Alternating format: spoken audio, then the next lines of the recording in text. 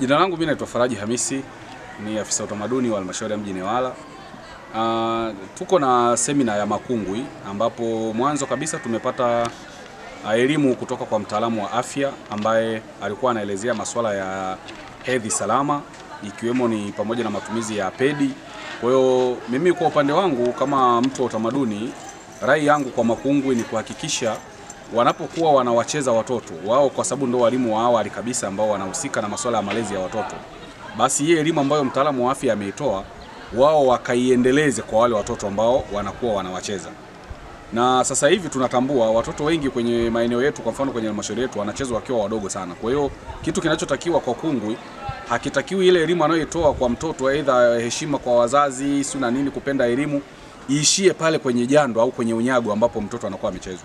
Iwe ni elimu endelevu, kwa maana kuwe na utamaduni wa hawa makungwi kuwafuatilia wale watoto katika kila hatua ya malezi yao, kwa sababu sisi huku wa Makonde tunaelewa kwamba kungwi ni mtu ambaye anapewa heshima kubwa sana na mzazi, lakini hata na mtoto mwenyewe, pengine kuliko hata mtu mwingine wa kawaida.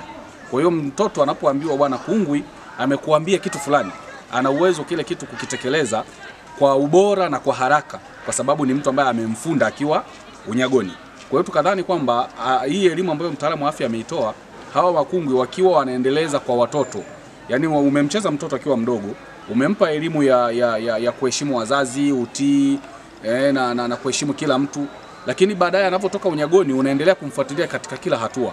Atakapofika ule wakati wa hedhi, basi unampa hizi elimu za hedhi salama. Tafsiri yake ni kwamba tutatengeneza cheni mzuri ya malezi kwa hawa makungwi, lakini na wenyewe kama makungwi wataendelea kupata heshima kwa watoto, kwa sababu wanajua kwamba kungwi ni kama mwalimu kwa upande wa shule, ni mlezi wa wakati wote. Tofauti na ilivyo sasa ambapo unaweza kukuta kwa mfano labda kungwi anaweza akamlea mtoto, akamcheza mtoto kwenye unyago au kwenye jando, halafu ikaishia hapo. Kuanzia hapo yule mtoto analelewa tu na wazazi wake kama kawaida. Sasa na siku hizi tunajua wazazi wengi wanasema wako busy na kutafuta maisha na nini. Kwa hiyo ndio maana kumekuwa na mmomonyoko pia hata wa maadili, kwa sababu vijana wengi hawapati elimu za malezi yaliyo bora. Kwa hiyo sisi kwenye upande wa utamaduni tunaowategemea sana kwenye malezi ni makungwi na walombo. Huko Makonde tunaita walombo, kwa maana wale wakungwi wa kiume ambao wanawacheza watoto. Kwa hiyo wanapopewa elimu hizi kupitia taasisi ya SDA, wanawakutanisha na wataalamu wa afya, wanawapa elimu ya masuala ya hedhi salama na masuala mengine, ikiwemo kutambua elimu bora ya kumpa mtoto anapokuwa unyagoni au jandoni kulingana na umri wake. Basi zile elimu ziwe endelevu ili wawe wanawafuatilia watoto. Matarajio yetu sisi kama ofisi ya utamaduni ni kwamba kungwi ukipewa jukumu la kuwacheza watoto 40 kwa mfano, basi tunataka uwafuatilie hao watoto katika miaka yao yote kadri siku zinavyoendelea mpaka wanapofika kwenye umri wa ukubwa, ili tuone ile impact ya kungwi kwenye malezi ya hao watoto.